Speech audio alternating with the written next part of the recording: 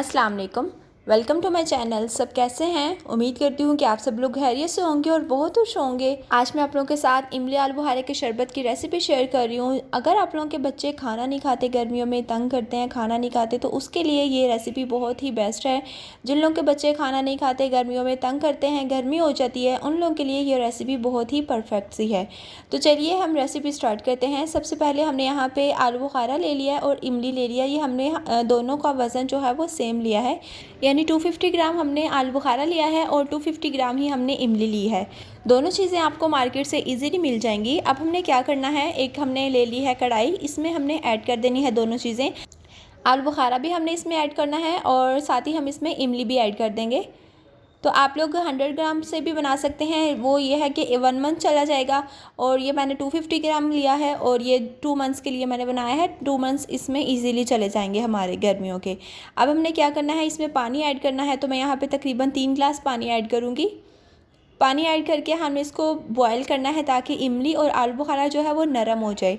3 glass पानी add करके हम इसको कवर कर देते हैं जब तक इसमें अच्छे से बॉयल आ जाएगा और दोनों चीज़ें गल जाएंगी। आप देख सकते हैं आलू बुखारा भी कैसे फूल चुका है और इमली भी बहुत इसमें सॉफ्ट हो चुकी है। मैं भी आपको चेक करवा देती हूँ। तो यहाँ पर हमने तकरीबन इसको 15 से 20 मिनट कुक किया है। दोनों चीज़ें अच्छे से सॉफ्ट हो चुकी हैं। अब हमने क्या करना है कि इनकी गुठलियाँ निकाल लेनी है और इनका गूदा जो है वो हमने इसी में रहने देना है।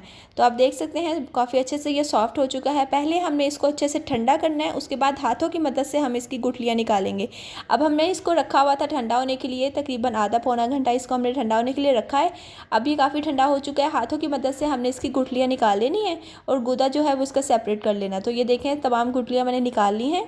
टाइम टेकिंग काम है, लेकिन यह कि एक दिन का काम है और पूरे 2 मंथ्स जो है वो आप इजीली फ्रीज में से निकालें और इसको पानी में मिलाएं और पी लें। अब हमने एक ब्लेंडर में सारा मिक्सचर ऐड करना है और इसको अच्छे से ब्लेंड कर लेना है। मिक्सचर ज़्यादा है तो इसको मैं 2 दफ़ा करके ब्लेंड करूँगी और अच्छे से ब्लेंड करने के बाद हमने इसको छान लेना है।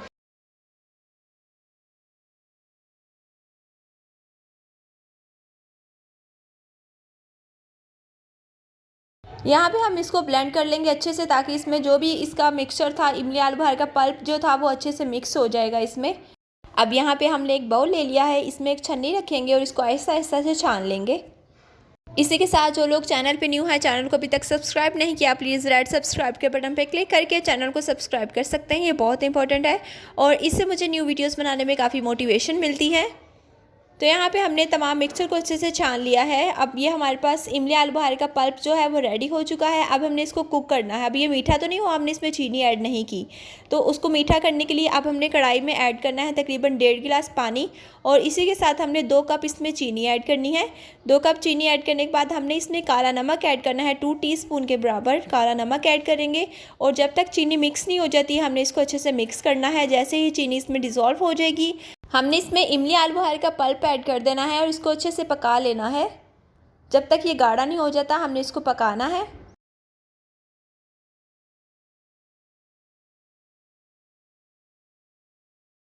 अब इसमें हम 1 टीस्पून वाइट नमक ऐड करेंगे। नमक मुझे कम लग रहा था, मैंने इसमें वाइट नमक ऐड किया है 1 टीस्पून और इसको हम मिक्स कर लेंगे।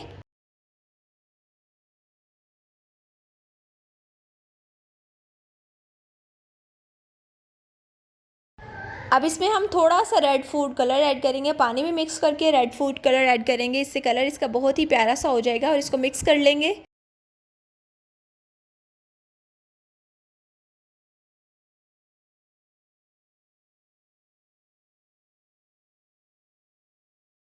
अब हमने इसको आधा पौना घंटा पकने के लिए रखना है। यहाँ पे अच्छे से गाढ़ा हो चुका है, हमने इसको काफ़ी अच्छे से पकाया है। जो इसके ऊपर झाग आई हुई है इसको हम उतार देंगे।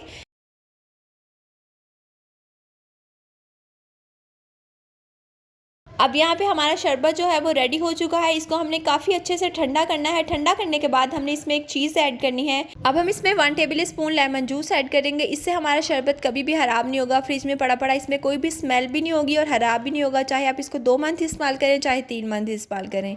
लेमन जूस ऐड करके हम इसको मिक्स करेंगे और एक बॉटल में सेव कर लेंगे।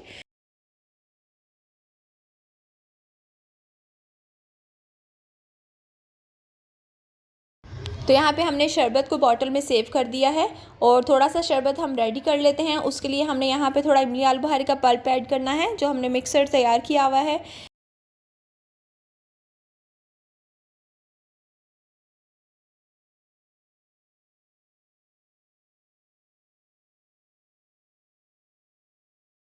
अब इसमें हम बर्फ़ ऐड करेंगे ताकि हमारा शरबत बहुत ठंडा सा बने।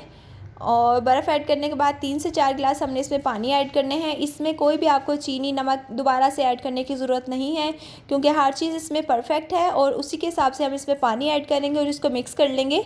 तो बहुत ही डिलीशियस सा हमारा इमली आर बहार का जो शरबत है वो रेडी है। अब यहाँ पे मैं एक चीज़ इसमें और ऐड करूँगी। अभी फ़िलहाल मैं इसको मिक्स करती हूँ। और एक चीज़ हम आप इसमें और भी ऐड कर सकते हैं जो कि काफ़ी ठंडी होती है। मैंने आपको पिछली वीडियो में भी बताया था कि तुख मलंगा जो है वो हम लोग गर्मियों में इस्तेमाल करते हैं। तो वो भी मेरे पास मिक्सचर पड़ा हुआ था उसका, तुख मलंगा जो मैंने एक दिन पहले भिगो कर रखा हुआ था, वो 1 टीस्पून के बराबर है था मेरे पास, तो वो मैं इसमें ऐड कर दूँगी। तो हर शरबत में आप तुख मलंगा को मिलाकर पिएँ, वो बहुत ठंडा होता है सेहत के लिए। अब आपको मैं यहाँ पे दिखा देती हूँ, मेरे पास एक घर में बॉटल थी, मैंने इसमें सेव कर दिया है इसको। आप लोग भी किसी भी बॉटल में इसको सेव कर सकते हैं। तो यहाँ पे 1 टेबल स्पून तुख मलंगा ऐड कर दिया है मैंने। इसको मिक्स कर लेते हैं। अब हम इसको ग्लासेस में सर्व कर लेते हैं। आप लोग मुझे कमेंट सेक्शन में ज़रूर बताइएगा आपको आज की रेसिपी कैसी लगी। दुआओं में याद रखिएगा। मिलती हूँ इंशाल्लाह नेक्स्ट रेसिपी के साथ। तब तक के लिए अल्लाह हाफिज़।